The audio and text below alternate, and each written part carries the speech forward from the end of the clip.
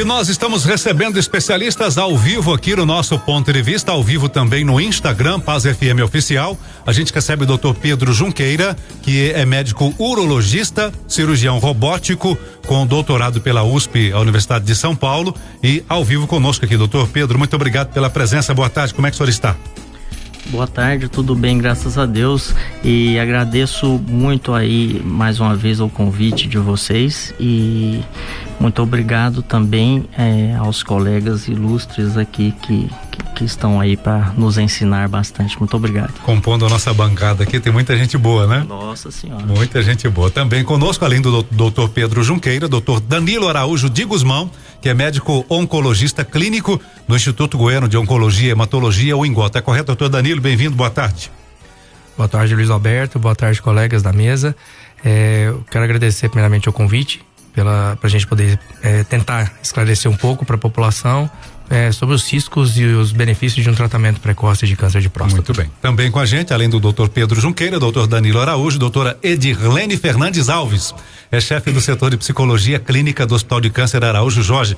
Doutora Edirlene, bem-vinda, boa tarde. Boa tarde, Luiz Alberto, boa tarde ao doutor Danilo, ao doutor Pedro, né? Para mim também, eu fico muito feliz em poder estar aqui nesse espaço divulgando um pouco, né, da minha experiência referente ao público masculino, né? Que é o tão temido, né, estigmatizado por público masculino. Qual que é o objetivo dessa campanha Novembro Azul? Bem, a campanha Novembro Azul foi inicialmente projetada no intuito de se diagnosticar precocemente o câncer de próstata, né? Então isso foi o que originalmente foi lançado e hoje a gente até mudou um pouco isso e vê a campanha Novembro Azul como uma oportunidade de fazer o diagnóstico precoce do câncer de próstata e também olhar a saúde do homem como um todo, né? O homem geralmente tem essa resistência a ir ao médico, então a gente aproveita essa campanha, né? E extrapola um pouco para poder cuidar melhor ainda dos homens. Muito bem. Então, o doutor Pedro está informando que além do câncer de próstata, vocês aproveitam a campanha também para ampliar o olhar sobre o homem, a questão da necessidade dos exames, né? Quais seriam, então, os mais recomendados para os homens, além de próstata, nesse período? A gente aproveita para fazer, tendo uma visão geral, né? A gente solicita ali um hemograma, a gente vê a função renal do paciente, perfil lipídico, né? Colesterol, pesquisa um diabetes. Muitas vezes a gente diagnostica ali alterações tireoidianas que estão interferindo no dia a dia. A gente aproveita a oportunidade para ver também a questão da sexualidade, dos hormônios importantes para o homem, né? Mas o que a gente foca acaba sendo na questão da prevenção do câncer de próstata, no exame físico e na dosagem do PSA. Ok. Na questão da tireoide, qual é mais comum? O hipotireoidismo ou o hipertireoidismo? A gente diagnostica mais o hipotireoidismo, é bastante comum. A gente, em exames que a gente pede ali, dosagem de TSH, do T4, e muitas vezes a gente já encaminha esse paciente para o tratamento adequado com o endocrinologista. Muito bem, essa é a opinião do doutor Pedro. Doutor Danilo, costuma-se dizer que o homem tem mais resistência a ir ao médico, fazer check-up do que a mulher. Vocês confirmam isso no consultório? Isso se traduz em realidade no dia a dia? Com certeza, Luiz. No consultório, principalmente quando a gente fala em próstata, os homens tendem a ficar um pouco receosos em buscar o médico por conta dos estigmas da doença, das consequências às vezes do tratamento, porque tem alguns que já pensam que tratar câncer de próstata significa que vão ficar às vezes impotentes, às vezes, né, sem sentirem ciúme, o que é completamente errado, né? Então, eu acho que o Novembro Azul, ele também tem esse papel de conscientização dos homens para que eles busquem o tratamento médico o quanto antes, né? Eu acho que isso facilita demais na conta a chance de cura e os diagnósticos. O homem o medo maior não é de morrer, de perder a libido. O homem tem mais medo de perder a libido do que de morrer? Na maioria das vezes, sim. Mas no inconsciente. No inconsciente, é isso mesmo. Seria mais ou menos isso, né? E doutora Edirlene, qual que é o papel? Por que o homem, vocês conseguem detectar, vocês são da psicologia, por que o homem tem essa resistência maior de buscar orientação médica, ajuda médica, do que a mulher? Sim, primeiro eu quero só ressaltar, Luiz Alberto, sobre a questão do Novembro Azul. Ele é feito mundialmente, né, essa campanha. E aqui no Brasil, ela é feita já tem 11 anos. E lá fora, ela se iniciou na Austrália, né, desde a década de 60. O que vem contribuindo para o público masculino, tentar tocar os homens, ser tocante, né, aos homens para que eles se cuidem, enfim, como já foi falado pelo Dr. Pedro.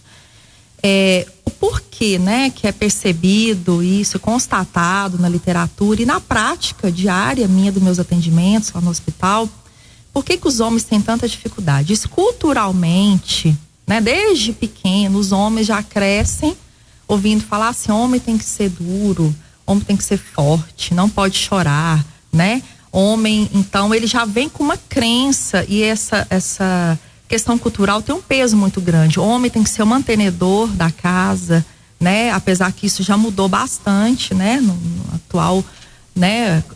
Os últimos anos que a gente, né, vem vivenciando isso, que a mulher também contribui bastante, mas isso ainda é muito impregnado na vida do homem, né? Então o homem cresceu, desenvolveu dessa forma. Não são todos, mas isso ainda tem uma crença muito grande que o homem tem que ser potente sexualmente, viril, mantenedor, né? Então ele tem que estar sempre trabalhando, sempre colocar o dinheiro dentro de casa. Então isso já cresce dentro do homem uma situação muito difícil, né? Emocionalmente, diante de tudo isso que ele vem carregando, né? Culturalmente dentro do mundo dele. Eu acho que a própria concepção masculina às vezes não ajuda, né? Eu vou fazer uma brincadeira aqui, vocês podem discordar, tá bom? Imagina uma experiência científica, você que está ouvindo a Paz FM, imagina, pega 4 mulheres e coloca dentro de uma sala, sozinhas, deixa lá, sem som, hermeticamente fechadas, deixa lá, e volta daí 1 hora, e pega essa mesma quantidade, pega 4 homens e coloca na mesma sala, em momentos diferentes, com o mesmo ambiente, a mesma iluminação, né? Sem som, sem barulho, sem nada, sem contato com o mundo externo. Volta daí 1 hora. Como é que você acha que vai estar o quadro?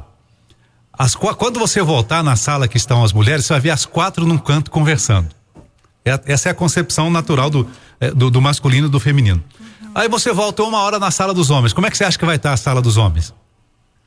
Cada um num canto calado, esperando quem vai entrar para resolver a situação, por que ele está ali. Bom, é uma brincadeira hipotética, mas que na prática ela faz parte da concepção do homem também. Essa dificuldade que o homem tem a mulher, ela tem mais facilidade de interação, de doação, de buscar ajuda para si. O homem tem essa resistência maior. Dado a essa concepção, né, sem preconceito nenhum, essa é uma analogia. Qual a importância da mulher e da família nessa questão da campanha Novembro Azul, de ajudar esse homem, né, de ajudar a quebrar essa resistência que o homem tem?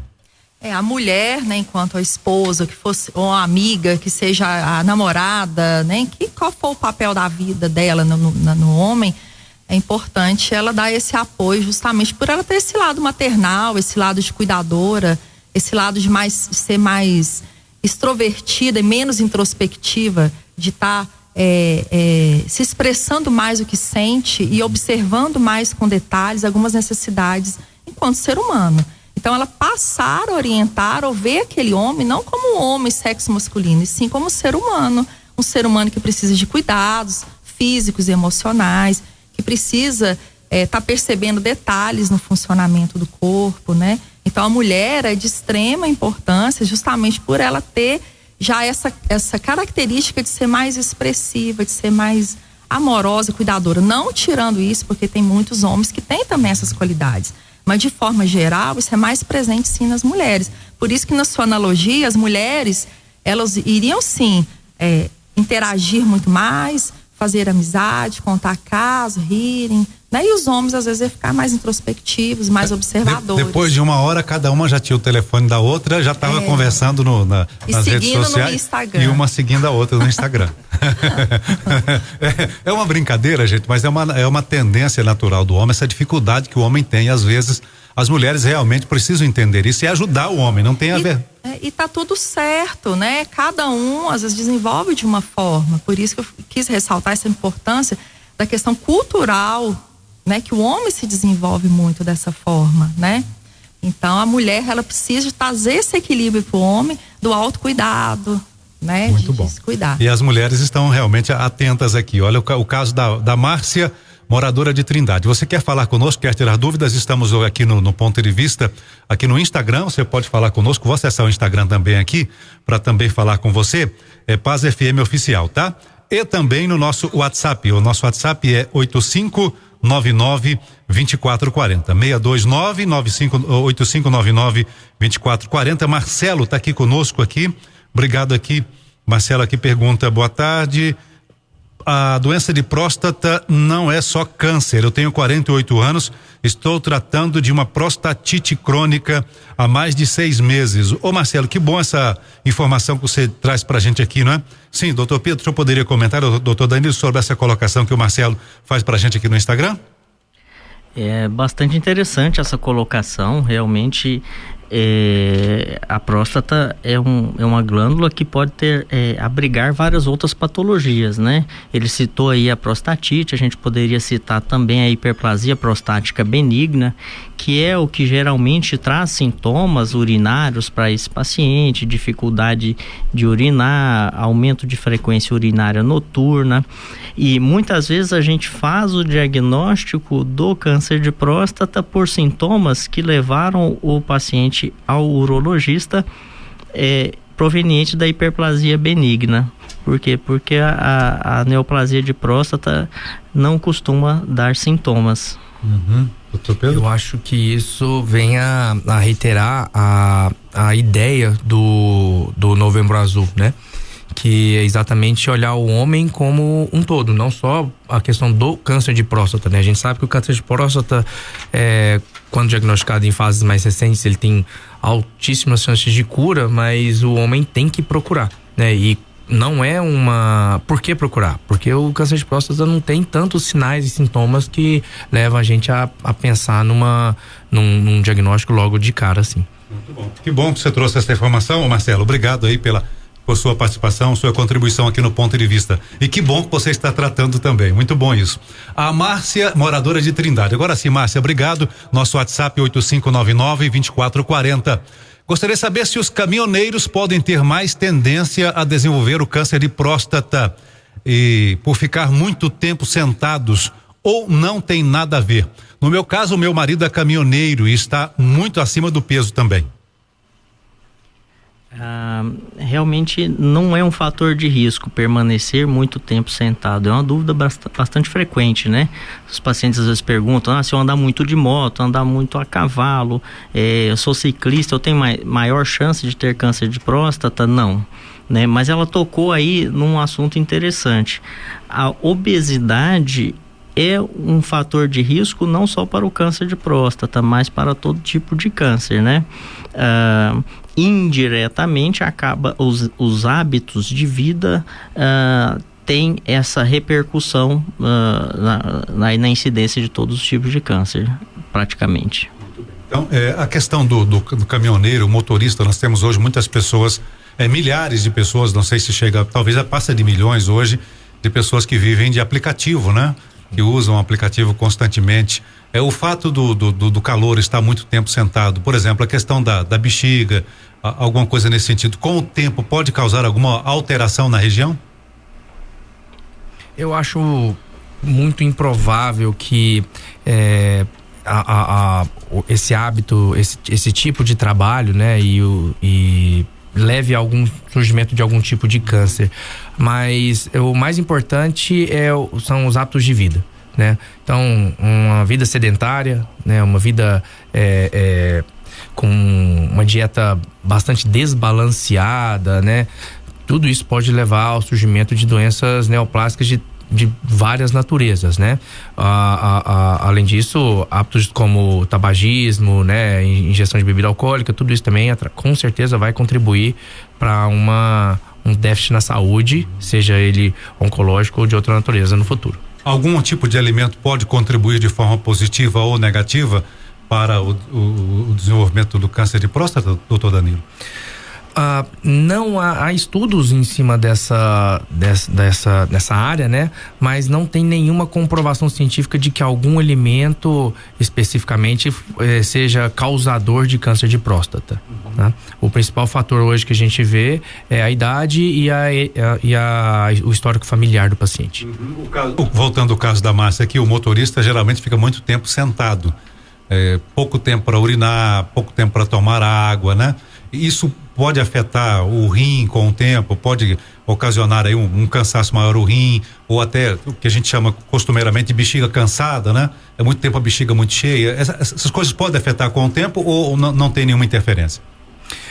Pode ter alguma interferência, sim, uma vez que geralmente esse público geralmente tem um estilo de vida um pouco mais sedentário, como a gente havia dito, e no caso do esposo da Márcia, ele por ser obeso já é fator de risco, sim, para, por exemplo, câncer de rim.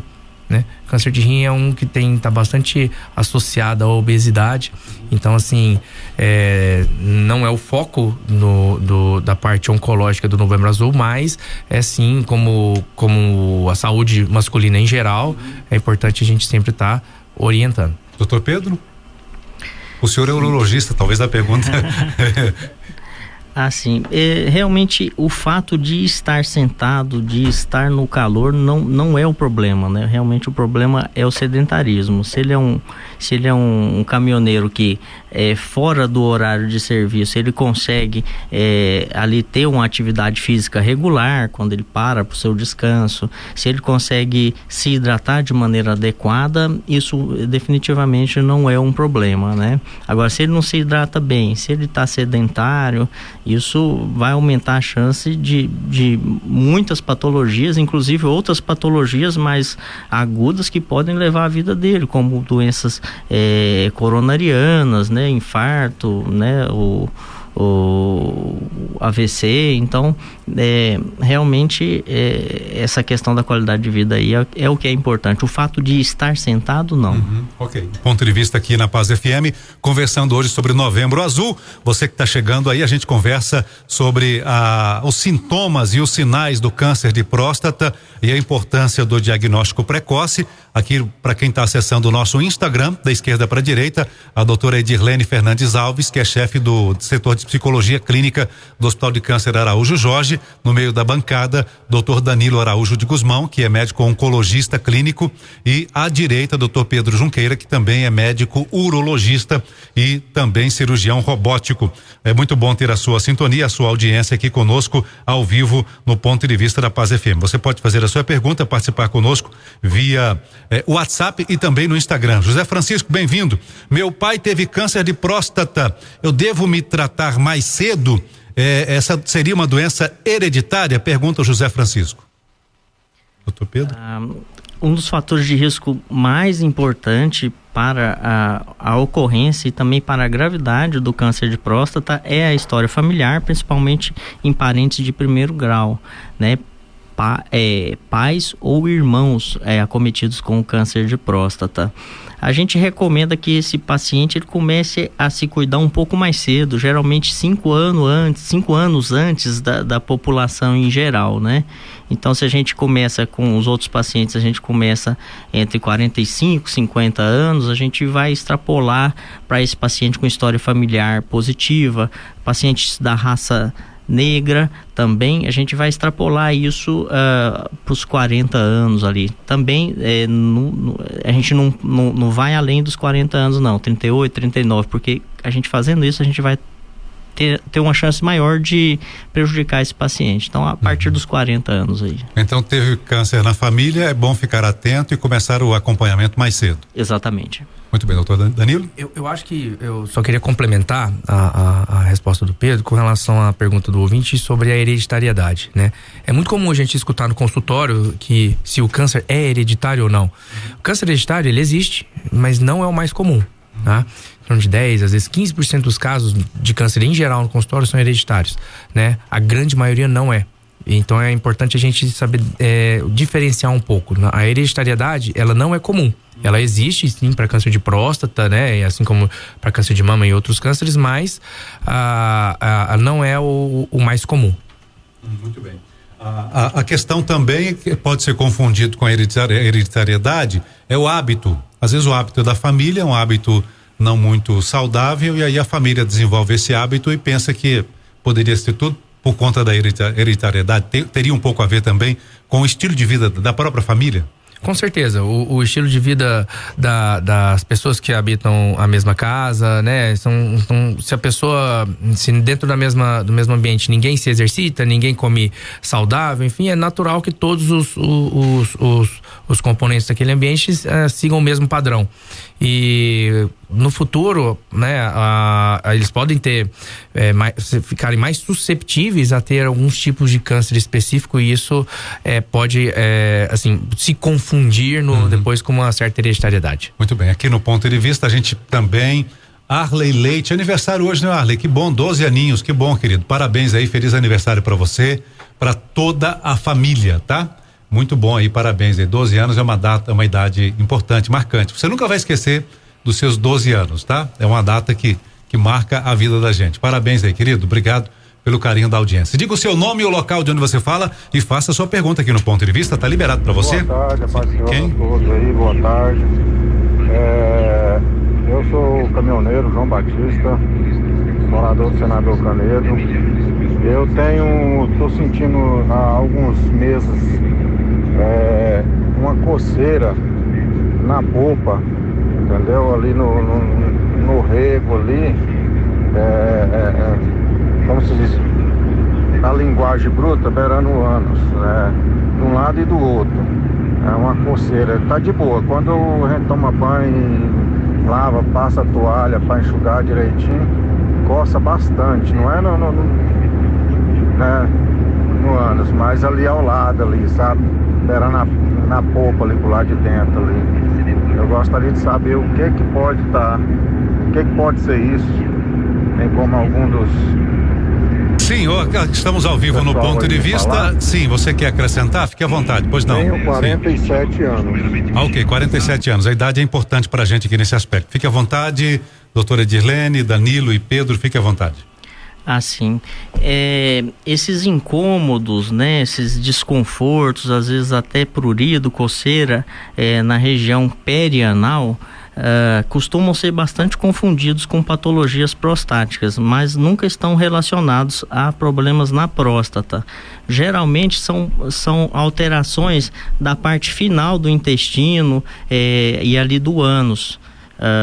O mais comum são pequenas fissuras, pequenas feridas próximas ao ânus ali. Às vezes o paciente tem uma doença hemorroidária, né, que é uma dilatação das veias ali daquela região.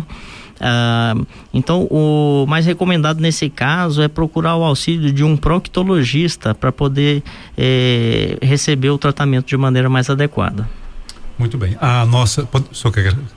Danilo? Eu acho que é importante também ressaltar para o ouvinte a possibilidade de afecções de pele, né, na região, né? Então existem, como se trata de uma região que fica às vezes muito úmida, né, muito quente, então é bem comum o surgimento de alguns fungos ali na região que podem também causar episódio de coceira e tudo mais. Qual seria o médico a procurar? Nesse caso, tanto o proctologista está habituado a tratar, como um dermatologista também pode ajudar. Ok, João Batista, obrigado aí por sua participação. A Márcia agradeceu aqui a resposta com relação ao marido. Ela diz que ele é caminhoneiro, está acima do peso, é sedentário sim, mas se hidrata bem.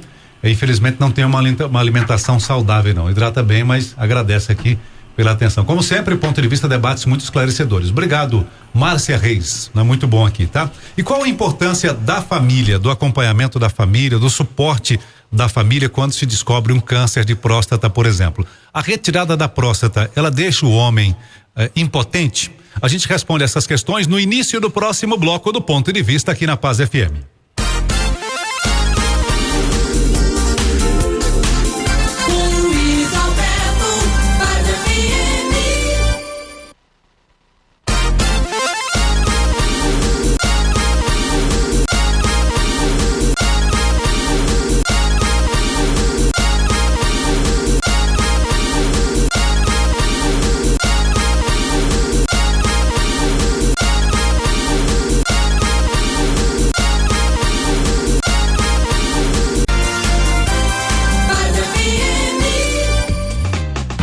Cabe, como é que você veio? Como eu estava falando, na semana passada a gente foi numa feira de startups, né, num evento de startups, e a gente começou a rever uma série de coisas. Primeiro, as empresas. Eu vi empresas diferentes, com locais abertos para as pessoas se desenvolverem ali dentro. Então, Luiz Alberto, esse ano para nós foi um divisor de águas, tá? Um crescimento extraordinário. A nossa expectativa é para o ano que vem crescer mais ainda. Ponto de Vista. Aqui sua opinião também conta. Apresentação: Luiz Alberto. Participe. Ao vivo aqui na Paz FM, conversando sobre saúde, a campanha Novembro Azul, os sinais e sintomas do câncer de próstata. Ao vivo aqui nos estúdios da Paz FM, da esquerda para a direita. Você que está acessando aí o nosso Instagram, Paz FM Oficial, seja bem-vindo. Obrigado pelo carinho da companhia. Aqui da esquerda para a direita, a doutora Edirlene Fernandes Alves, chefe do setor de psicologia clínica do Hospital de Câncer Araújo Jorge. No meio da bancada, doutor Danilo Araújo de Guzmão, médico oncologista clínico do Instituto Goiano de Oncologia e Hematologia. E mais à direita, doutor Pedro Junqueira, ele que é médico urologista, cirurgião robótico e também nos dá a honra de estar com a gente aqui ao vivo no Ponto de Vista. Bom, no final do bloco anterior a gente perguntava para vocês sobre a questão da como é que é a vida da pessoa que faz a retirada de próstata.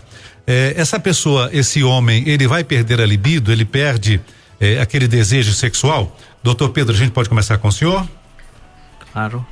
Em relação ao desejo sexual, a cirurgia não muda nada. Nada, né? O que se tem em relação à sexualidade do homem, a correlação disso com a cirurgia é que os nervos da ereção, eles passam muito próximos à próstata. E muitas vezes a gente vai operar esse paciente, às vezes durante a cirurgia mesmo, a gente percebe que esse tumor, de maneira geral, ele está pulando para fora da próstata, indo em direção ao nervo, e a gente tem que fazer uma cirurgia um pouco mais agressiva, e esse paciente pode ter dificuldade de ereção no pós-operatório, mas isso não altera a libido, a vontade de fazer sexo, né?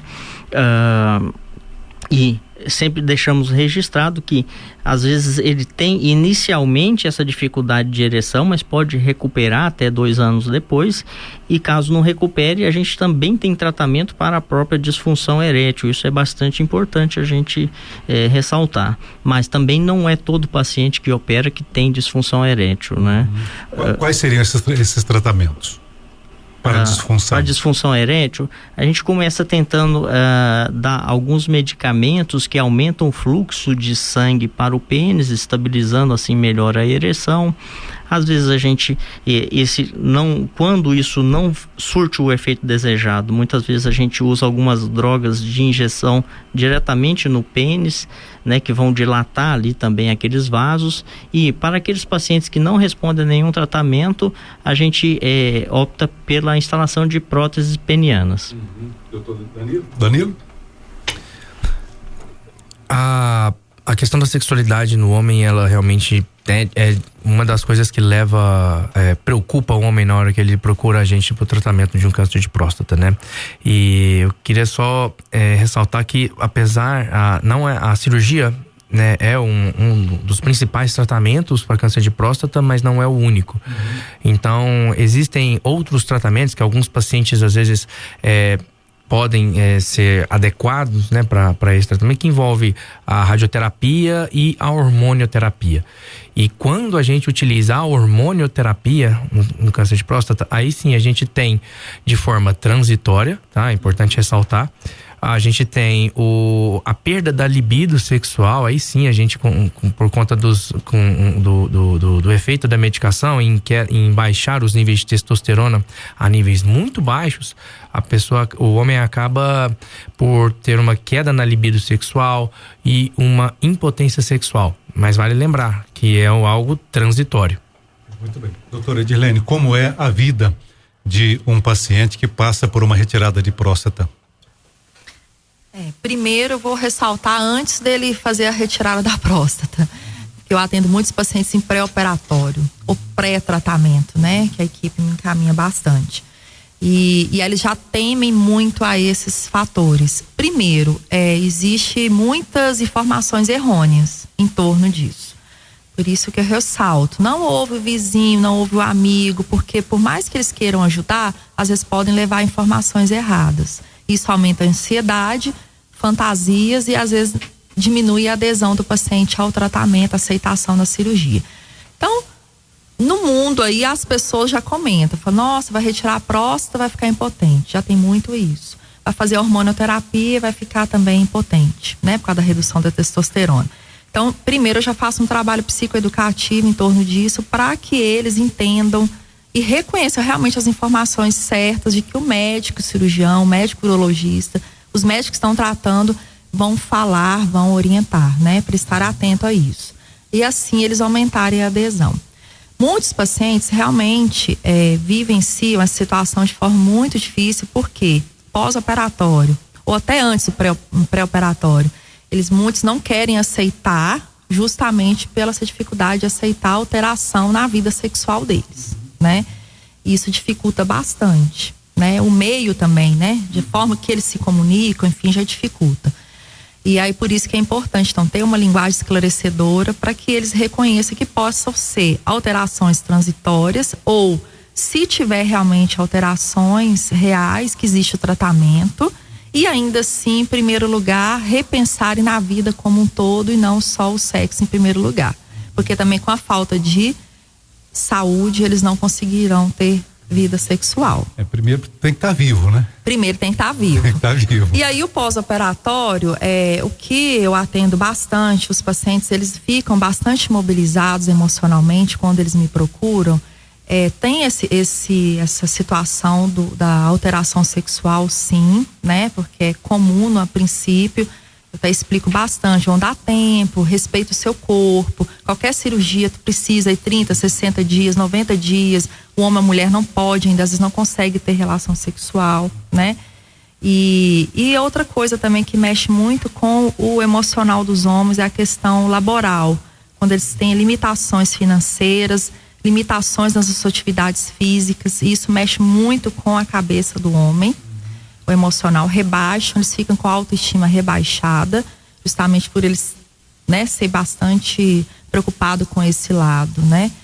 E às vezes nem sempre em primeiro lugar vem a parte sexual. Às vezes a parte laboral, tem até uma pesquisa que mostra esses dados, que a parte laboral, a questão financeira, às vezes coloca-se em primeiro lugar do que a parte sexual. O homem que faz a retirada de próstata, doutor Pedro, ele pode, com o tempo, voltar a fazer atividade física, uma natação, um futebol, uma academia, por exemplo, musculação?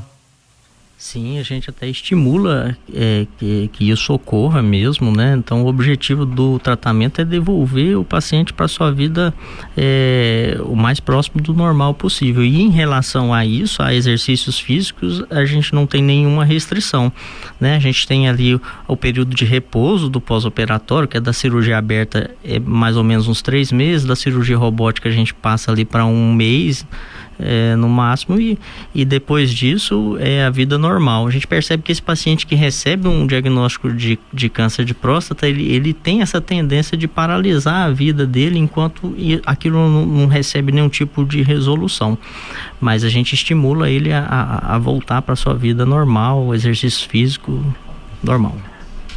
Podemos seguir, doutor Pedro? Danilo, podemos seguir? Sim. Aqui, agradecer aqui a participação do ouvinte no nosso WhatsApp 8599-2440 e também você que está conosco no Instagram, Paz FM Oficial.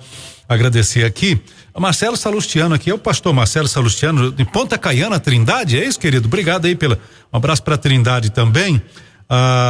Sim, Dilza, tá, Dilza, eu vou fazer essa pergunta aqui, mas antes a pergunta do Leandro, aqui no Instagram da Paz, está em Paranaguá, litoral do Paraná.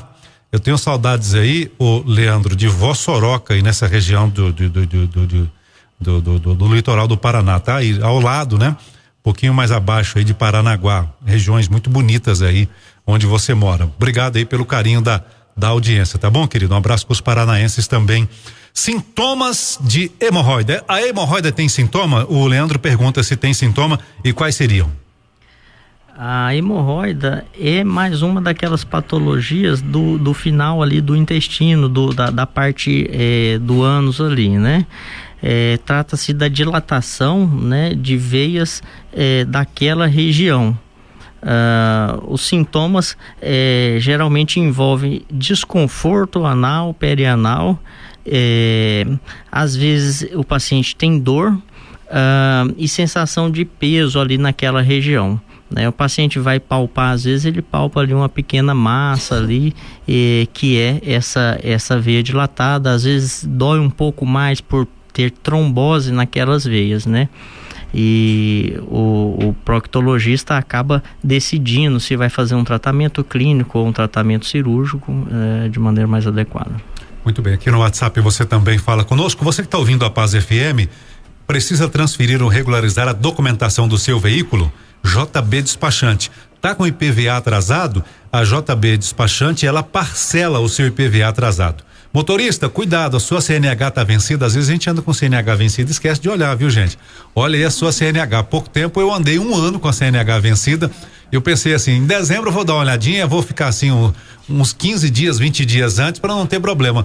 Eu fui olhar com 3 semanas antes, pensei, vai vencer agora, já tinha vencido há 1 ano atrás e eu nem sabia que tinha vencido. Então cuidado, viu, gente? Dá uma olhadinha aí na sua CNH se está vencida. A JB Despachante regulariza para você. Luiz Alberto, tá corrido, eu tô sem tempo, não tem problema. A JB Despachante busca a documentação, regulariza e te entrega normalmente. É uma mão amiga junto ao Detran. É só você ligar 3549-3673 que a JB Despachante vai até você. JB Despachante é Goiânia, Grande Goiânia, 3549-3673, é 62. Você que tá fora de Goiânia é 62, tá? 3549-3673. Bom, a pergunta aqui do Vinícius, né, Vinícius? Trindade também. Embolização das artérias da próstata é seguro? Meu médico disse que não é aconselhável, porém eu não sei se é porque o plano de saúde não quer cobrir ou realmente não é aconselhável. O que seria embolização das artérias da próstata? E o Vinícius pergunta se é seguro. A embolização das artérias da próstata é um tratamento que visa diminuir a chegada de sangue na própria próstata e assim diminuir o volume prostático, né? Hoje esse tratamento ele ocorre mais a nível experimental ou para pacientes que não têm nenhuma condição física de realizar qualquer tipo de intervenção, né? E principalmente no contexto de hiperplasia benigna, mas realmente não é um procedimento muito aconselhado, não. A gente tem técnicas que são bem melhores aí. Muito bem. Aqui no nosso, então o problema não é o plano de saúde, não. A recomendação é boa. Ele tá com um bom urologista pelo jeito, viu? Muito bem, então segue a orientação do seu médico aí, querido, tá bom? Bom, a Dilza aqui no nosso Instagram, paciente com câncer de próstata precisa de acompanhamento psicológico, doutora Edilene? Precisa no sentido assim, como que esse homem está enfrentando esse tratamento, né? Se ela está sendo observado alguma reação depressiva, você tá com algum rebaixamento emocional, você tá isolado, né? Então tem que ser percebida alguma mudança de comportamento nesse sentido. Agora, voltando à questão, né, da vida sexual ou da sexualidade, né? É importante sim o casal, né? Ou ajudar a abrir esse espaço para o homem, ele poder ter esse espaço para ele se expressar, para ele retirar suas dúvidas, para ele reconhecer, né, às vezes os seus limites, as suas fragilidades, enfim. E se fortalecer, claro, né? É um espaço também terapêutico que ele vai ter um fortalecimento emocional para ele poder estar enfrentando o período de tratamento. Como o doutor Pedro falou, essa expectativa de conduta terapêutica, isso gera muita ansiedade, né? No homem, na família. E até então, depois que passa o tratamento, isso é percebido que é bastante rebaixado, já é bastante reduzido, né? Então daí a importância para quando é observado assim, o caso o homem queira também esse momento. É um autocuidado, né? Sempre é um autocuidado. Muito bem. Que bom, né? Humberto Pena, obrigado aí pelo carinho da audiência.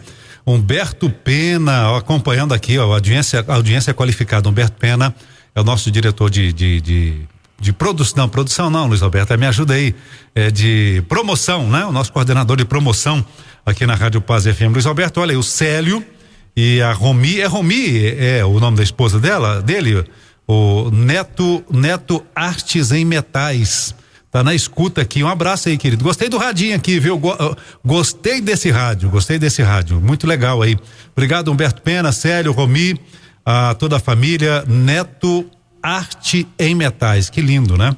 Muito jóia aí, bem retrô o rádio, gostei do rádio aí, obrigado, e gostei da audiência também, tá? Obrigado pelo carinho da audiência, obrigado por sua participação ao vivo conosco aqui no Ponto de Vista da Paz FM. A gente pode seguir? Pode seguir? Aqui, diga o seu nome e o local de onde você fala. Novembro Azul, saúde do homem, câncer de próstata é o tema do nosso Ponto de Vista. Dr. Pedro Junqueira, Dr. Danilo Araújo, Dr. Edilene Fernandes Alves, ao vivo conosco. Boa aqui tarde, no Ponto. Sim. Rádio Paz FM, Luiz Alberto, todos estão na mesa. Gostaria de tirar uma dúvida com os médicos aí a respeito de uma dor que eu sinto quando eu tenho relação sexual com a parceira. Depois, quando eu ejaculo, né, vem uma dor muito forte no canal do ânus. A gente responde para você no início do próximo bloco do Ponto de Vista aqui na Paz FM. Paz FM. Paz FM. Paz FM. Paz FM. Paz FM. Paz FM. Paz FM. Paz FM. Paz FM. É o Ponto de Vista aqui ao vivo na Paz FM, conversando sobre saúde, campanha Novembro Azul. A gente fala sobre os sinais do câncer de próstata, o diagnóstico, a importância do tratamento, do diagnóstico precoce, como tratar, aqui da esquerda para a direita. A doutora Edilene Fernandes Alves, que é chefe do setor de psicologia clínica do Hospital Araújo Jorge, no meio da bancada Danilo Araújo de Guzmão, doutor Danilo, que é oncologista clínico. À direita, doutor Pedro Junqueira, que é médico urologista e cirurgião robótico. E você que fala conosco. O ouvinte pede para perguntar aqui sobre dor, é isso, querido? Pois não, à vontade. Boa tarde, Rádio Paz FM, Luiz Alberto, todos estão na mesa. Gostaria de tirar uma dúvida com os médicos aí a respeito de uma dor que eu sinto quando eu tenho relação sexual com a parceira. Depois, quando eu ejaculo, né, vem uma dor muito forte no canal do ânus. Uma dor insuportável. Pode ser depois da relação ou depois que o homem se masturba, igual eu, no caso, às vezes eu me masturbo, né? Que é normal de um homem fazer, e depois disso vem uma dor muito forte. Recentemente fiz um exame de ultrassom com imagem e o médico constatou que minha próstata não tinha nada de alteração, estava perfeito, que eu imaginei que seria ter na próstata. Olhou a próstata, hemorroida, nada. Eu gostaria de saber por qual motivo essa dor, uma dor insuportável, acontece comigo depois da relação sexual. Muito bem, obrigado pelo carinho da audiência. Estou aguardando a resposta do senhor, obrigado. Doutor Pedro Junqueira, a gente pode começar com o senhor? Não. Realmente essas dores pélvicas... Ele tem 35 anos. 35 anos, né? Realmente essas dores pélvicas, às vezes, são de difícil diagnóstico, são de difícil investigação da etiologia, de saber o que está acontecendo, né? Às vezes exige muita paciência do próprio paciente de ir mais de uma vez ao especialista, né? Agora, o sintoma de dor na ejaculação nos lembra muito prostatite, né? Uma dor pós-ejaculação. Teria que investigar ali uma uretrite e também alterações novamente daquela parte final ali do intestino, né? Alterações anais, alterações anorretais. A gente teria que começar esse tipo de investigação. Alguns pacientes têm alguma contração muito violenta da musculatura da pelve no momento da ejaculação também, e isso pode dar dor, né? Então, para cada uma dessas vertentes diagnósticas, a gente tem um tratamento específico. Muito bem. Começar por onde? Algum tipo de exame? Qual médico? Eu começaria com a avaliação urológica completa. Geralmente essas alterações não aparecem no ultrassom, né? Ultrassom de próstata não. A gente vai perceber alterações em exame de sangue, às vezes na dosagem de PSA que vem um pouco mais alta, às vezes a gente identifica ali uma infecção de urina, e a gente tem também o diagnóstico de prostatite, que muitas vezes a gente faz eles clinicamente, né? A gonorreia poderia trazer esse tipo de dor? A gonorreia faz parte das uretrites, mas geralmente ela vem com outros comemorativos, como uma dor mais forte para urinar, a presença de secreção percebida na uretra ali, no canal da urina, né? Ali a gente ou secreção ativa ou sujando ali a roupa íntima do paciente, né? Então teria que investigar com um pouco mais de cuidado aí esse paciente. Realmente, de fato, ele merece investigação, porque parece estar alterando muito a qualidade de vida dele. Então começar com um urologista. Sim. Só quer acrescentar? Não, eu só acho que é importante ressaltar que todas essas, independente da condição que o paciente tenha, né, o fato só dele ter aberto, exposto aqui os sintomas deles é muito bom, isso leva outros homens a se encorajar para poder fazer o mesmo, né? E procurar o auxílio médico, né? Porque são condições que são tratáveis, né? São condições que são tratáveis e vão... O que eu acho mais legal nesse quadro é a dor, porque a dor é uma amiga, a dor é sua amiga. Então, se tá doendo, vai ao médico. Você tá percebendo que tá doendo, vai ao médico, né? E busque, e começa então pelo urologista aí. A dor é sua amiga. Agradeça a dor, porque ela tá te avisando. Você tá precisando de cuidado. Tá bom, querido? Obrigado aí por sua participação. Doutor Ricardo, obrigado, querido. Como é que estão as coisas aí? Qual é o tratamento para hiperplasia da próstata em estágio avançado? Existe relação dela com o câncer? O Ricardo pergunta. A gente não vê relação da hiperplasia prostática benigna com o câncer de próstata, ou seja, o paciente que tem hiperplasia benigna não tem mais chance ou menos de ter câncer de próstata, né? O que acontece é que às vezes o paciente, por sintomas da hiperplasia, procura um médico, e aí assim às vezes a gente faz um diagnóstico de um câncer de próstata que não está dando sintoma.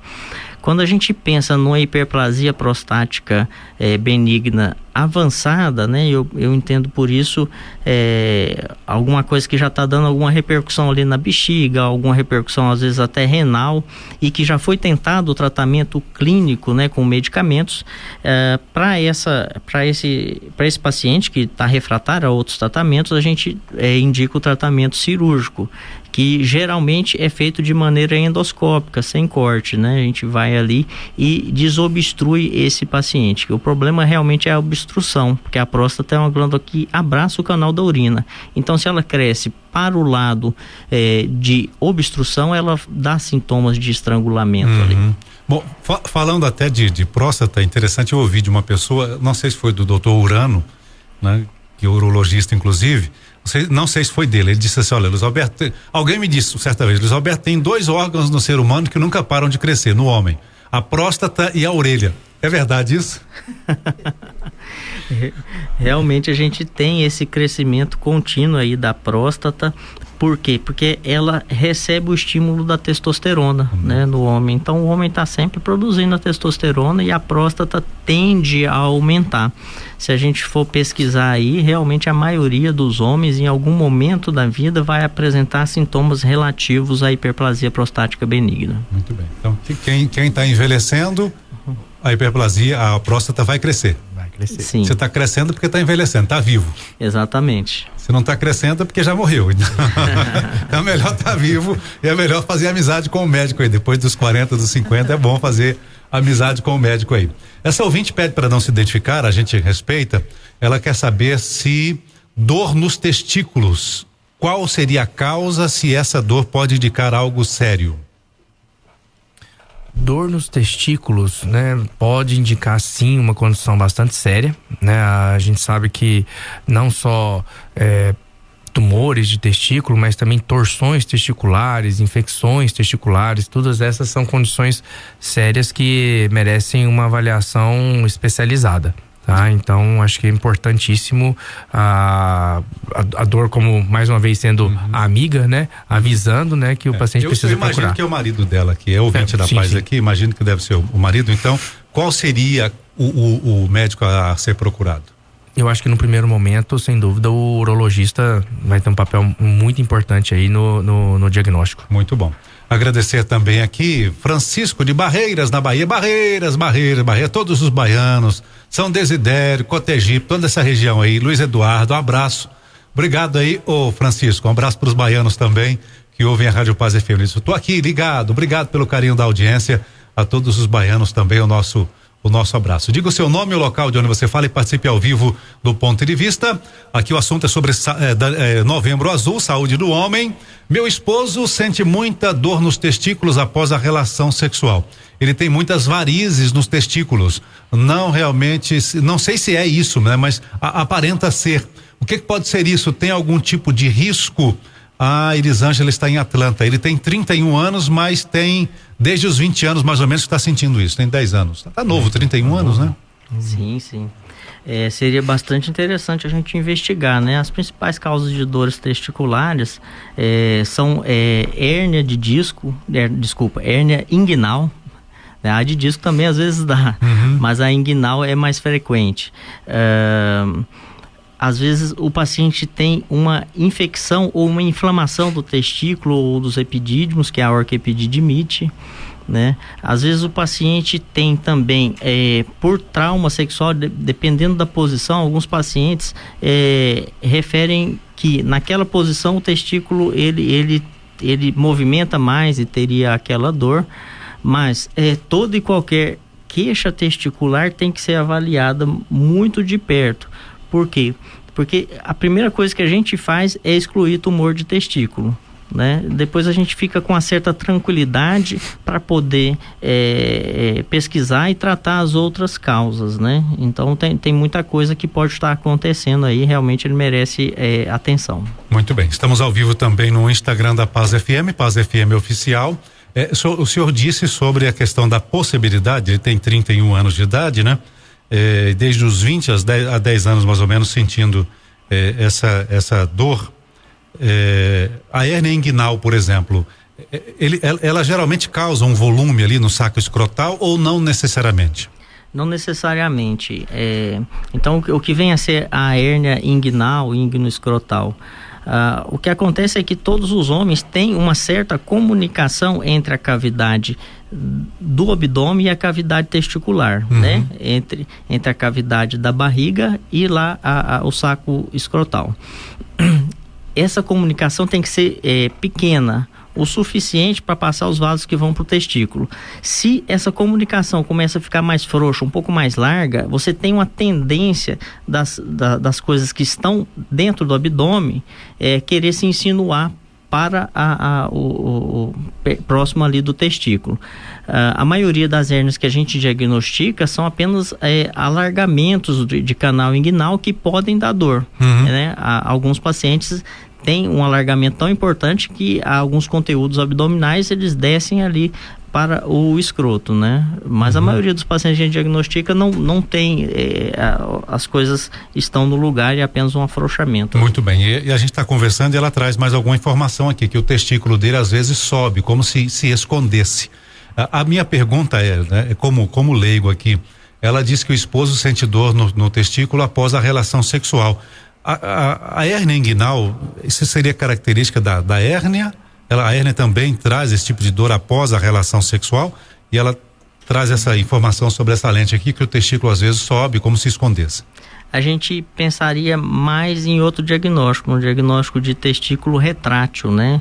Às vezes o paciente tem esse reflexo aumentado que pode vir com dor.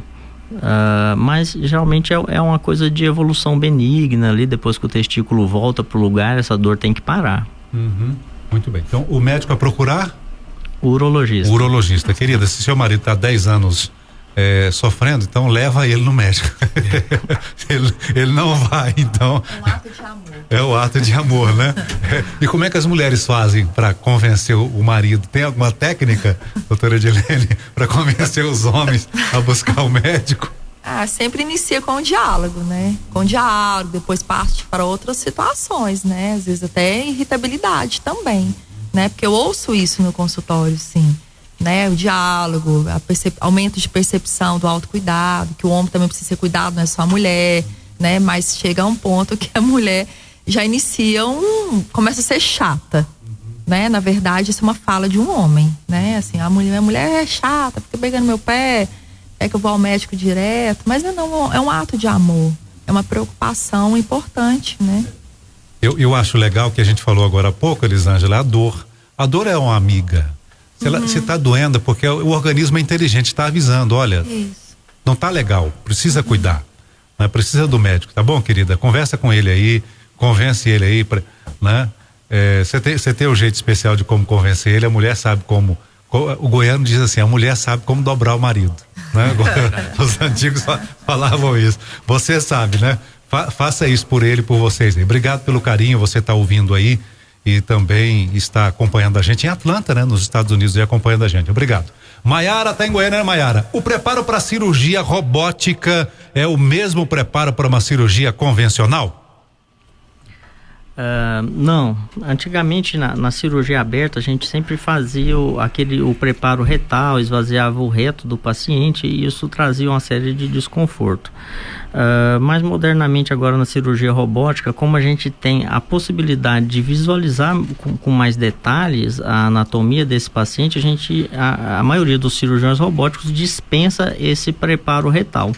Então hoje, para uma cirurgia, uma prostatectomia radical robótica, a única cuidado que a gente tem assim de perioperatório, né? O único preparo que tem é a dieta zero, uma boa consulta pré-anestésica, né?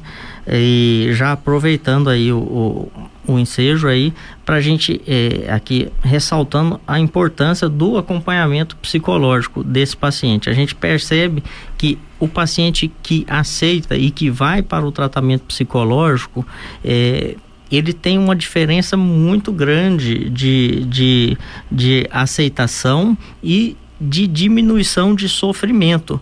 A gente percebe que o que traz, na maioria das vezes, o sofrimento para os pacientes é a dúvida, né? Muitas vezes a certeza de uma notícia não muito boa, ela traz menos sofrimento do que a dúvida.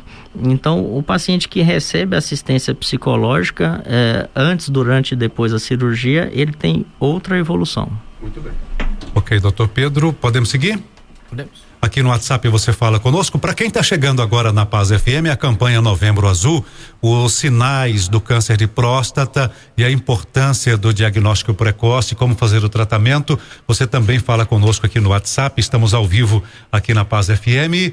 Diga o seu nome e o local de onde você fala. Boa Sim, pois não? Luiz Alberto. A paz do Senhor. A respeito de alimentação.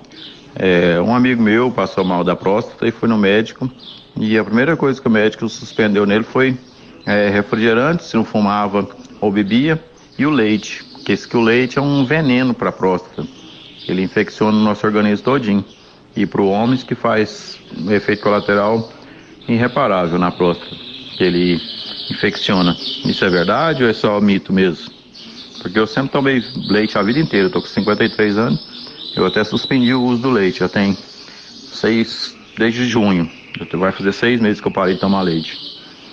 E se for verdade mesmo, a gente tem que até alertar outras pessoas, né? Sobre a alimentação também. Seu nome, por favor, querido. Seu nome, por gentileza, sim? Boa tarde. Eu esqueci de falar meu nome. É o Fábio Divino Lourenço, Jardim Atlântico. O Fábio, obrigado. A vocês, Goiânia, um abraço. Goiânia, né, Fábio? Obrigado. Sim, fique à vontade para responder aqui, doutor Pedro, doutor Danilo, fique à vontade. Bom, Fábio, na verdade não tem nenhuma relação entre a ingesta de leite e a inflamação da próstata ou de qualquer outro órgão do corpo, tá? Então, assim, a gente sabe que o leite tem suas vantagens, né? Mas também tem algumas desvantagens pela sua ingesta depois já na idade adulta, mas nada que vá comprometer de forma grave o organismo da pessoa de forma irreparável, como foi colocado pelo colega que orientou o seu amigo, né? Então, assim, uma dieta saudável, uma dieta rica em proteínas, rica em fibras, rica em frutas, legumes, enfim, né? Isso é o que todo mundo recomenda, tá? Falando em inflamação, a obesidade também seria inflamatória, não é isso, Fábio, né? Fábio Divino.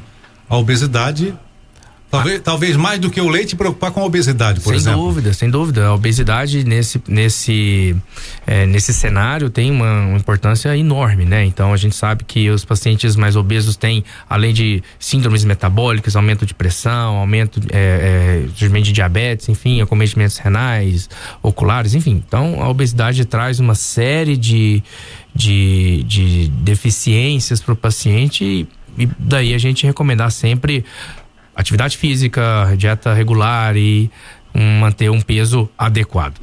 Muito bem. O ouvinte do Ponto de Vista participa conosco. Diga o seu nome e o local. Paz do Senhor, pastor Luiz Alberto. O programa tá, como sempre, maravilhoso, né? Estou aqui na escuta, só aprendendo. Obrigado, Cleiton. Tá dirigindo aí, olha, cuidado dos motoristas. Cleiton, dá uma olhadinha aí se a sua CNH não tá vencida, viu, gente? A Blitz está parando, tem gente andando aí com IPVA atrasado, a Blitz está pegando, viu, gente? Regularize o seu IPVA, tá atrasado, a JB Despachante, ela atualiza para você, ela parcela o IPVA atrasado. De qualquer parte de Goiás, pode ligar 62 JB Despachante 3549-3673. Regularize a sua situação, a documentação do seu veículo, conte com a mão amiga da JB Despachante credenciada junto ao Detran. É só ligar 3549-3673. Aqui no Ponto de Vista, você, por gentileza, diga o seu nome e o local de onde você fala e participe conosco. Quem pois não? Boa tarde, quem fala? Boa tarde, Luiz Alberto, boa tarde, Rádio Paz FM. Eu não vou identificar, mas eu que estou ouvindo aqui o programa muito bom, Ponto de Vista, ouvindo os especialistas aí falar. E meu esposo, no ato sexual, em vez de sair esperma, sai sangue coagulado no canal dele. Tem alguma coisa a ver com próstata? Sim, você quer acrescentar? Fique à vontade. Ele não sente dor. Aí, em vez de sair o esperma, sai sangue. Ele já usou bolsa de colonoscopia, sabe? Que entopa o canal com sangue. Tem alguma coisa a ver com a próstata? Tá bom, querida. Tem alguma coisa a ver com a próstata? Fique à vontade, doutor Danilo, doutor Pedro. Essa queixa de hemospermia, né, que é a presença de sangue no esperma, realmente assusta muito os pacientes e merece uma investigação. Entretanto, na maioria dos casos, ela não tem por trás dessa queixa um diagnóstico muito importante, né? Se a gente for pesquisar aí, a minoria desses pacientes com hemospermia que vai ter um diagnóstico de câncer de testículo, câncer de próstata.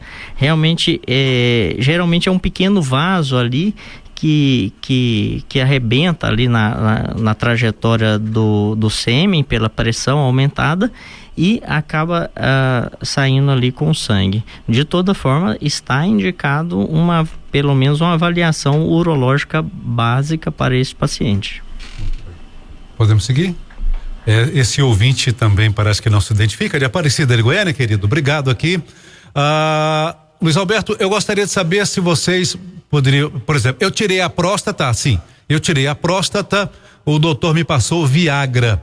Será que funciona? Não faz mal para a saúde o uso regular do Viagra? O uso regular do Viagra, assim como de outras medicações que têm o mesmo princípio, né? Ele está indicado sim depois no pós-operatório de prostatectomia, né? Então, isso vai aumentar o fluxo sanguíneo para a região do pênis, o que pode facilitar na recuperação peniana, como na reabilitação peniana, né? Então, é normal e funciona bem. Muito bem. E o uso regular, ele pode ser dar continuidade a ele? Sim, a maioria dos pacientes devem utilizar por um bom tempo. A gente ouve, desculpe aqui, tá? É um leigo falando, tá? A gente ouve de vez em quando, alguém estava tomando Viagra e teve um infarto, morreu, de repente, teve um derrame, um infarto e tudo. por causa da vasodilatação, não pode se correr um risco, por exemplo, de um infarto, alguma coisa nesse sentido? Um paciente que está obeso, um paciente que não está dormindo bem, não está com a saúde regular, alguma comorbidade, por exemplo, um diabetes associado a alguma coisa nesse sentido. Qual a avaliação de vocês sobre essa questão? Hoje a gente já tem muito tempo aí de utilização dessas drogas, né? Se não me engano, elas foram introduzidas no mercado em 1997 e hoje a gente tem muito estudo. Então são drogas realmente bastante seguras, né? O que acontece nesses casos de infarto ou de algum tipo de acidente desse tipo é que o paciente tomou o medicamento, ele teve ali uma ereção e às vezes já tinha tempo que ele não tinha uma ereção adequada e foi para o ato sexual. O ato sexual, ele envolve exercício físico. Então não é o medicamento que geralmente dá o problema. O que dá o problema é o fato dele não estar apto à prática de exercício físico. Então essa dúvida é bastante comum no consultório. Então eu costumo falar assim, ó, teve infarto? Teve. Mas muito provavelmente se ele saísse e corresse 100 metros ali, ele teria um infarto da mesma forma. Então essas drogas, elas são bastante seguras e tem algumas restrições, mas são restrições bastante específicas e geralmente elas não estão envolvidas na culpa desses acidentes aí não. Muito bem. E a gente reforça aqui, né? Sempre use medicamento com orientação médica, tá? Sempre com orientação médica. Não faça esse uso regular aí por conta própria, tá bom? É como diz aqui, né? O doutor Pedro está explicando pra gente. Você não sabe se está bem apto à atividade física. Aí fica empolgado, fazer muito esforço. O goiano diz assim, pode ter um piripaque. Então sempre é bom fazer com acompanhamento médico. Ana Paula, obrigado, Ana Paula, obrigado aí, o dia do radialista foi ontem, né? Mas é bem-vindo, obrigado aí pelo carinho da audiência e a sua participação aqui no Ponto de Vista, tá? Obrigado. Paz do Senhor, pastor Luiz Alberto, aqui é Ana Paula Diniz, do setor social. Quero dar os parabéns atrasados por ontem ser o dia do radialista, eu não te dei os parabéns. Continue sendo essa pessoa, esse locutor excepcional que você é. Deus continua te usando mesmo, né? Obrigado, Ana Paula. Excepcional é a sua presença, é a sua companhia sempre com a gente. Obrigado pelo carinho da audiência, tá bom? Obrigado pela participação. Boa tarde, Luiz Alberto, aqui é o Geraldo, daqui de Goiânia. Eu gostaria de saber da bancada qual é a indicação, conselho ou orientação em relação ao diabético e disfunção erétil. Muito bem, ok. Doutor Pedro, começamos com o senhor, fica à vontade, doutor Danilo. A disfunção erétil tem uma ligação bastante importante com o diabetes mellitus descompensado, principalmente. Hoje, o diabetes ela é vista como uma doença essencialmente dos vasos, né? Você tem ali inicialmente, né, uma descompensação da glicemia do paciente, mas isso lá na ponta, o que traz de prejuízo para o paciente é uma agressão dos vasos sanguíneos de maneira geral. E para se ter uma boa ereção, você tem que ter os vasos saudáveis levando sangue para o pênis. O que dá rigidez peniana é de fato o sangue que enche ali os corpos cavernosos do pênis. Então, se você não tem um vaso saudável, seja em decorrente do diabetes ou em decorrência de outras coisas, você muito provavelmente não vai ter uma boa ereção.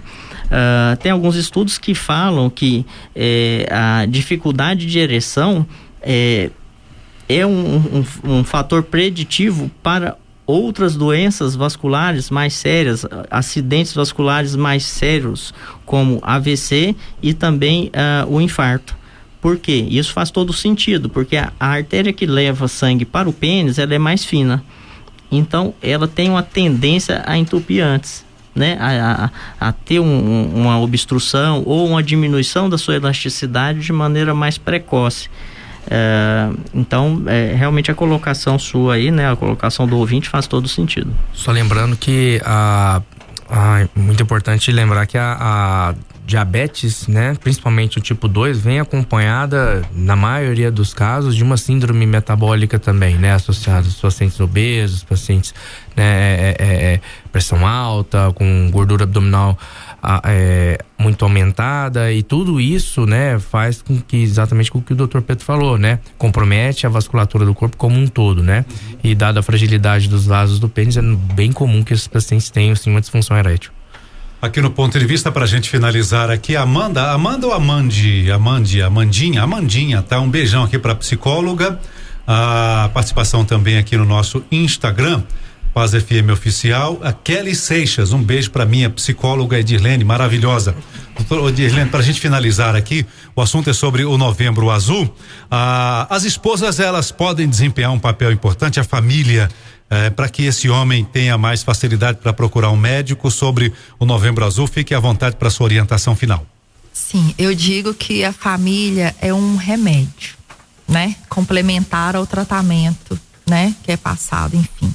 Então, sem a família, sem o apoio, que seja a esposa, qualquer ente querido, né? Que esteja participando, sem eles realmente o tratamento, o percurso fica mais dificultoso, fica mais frágil o paciente. Então, o apoio da família e principalmente do cônjuge, ou a parceira, ou o parceiro, qual seja, né, a sua condição é de fundamental importância, porque ali eles podem sim dividir, acompanhá-lo ali fisicamente em casa, né, e perceber também as suas limitações, enfim, e o apoiá-lo sempre, né, durante o tratamento. Muito bom. Então a família presente é primordial.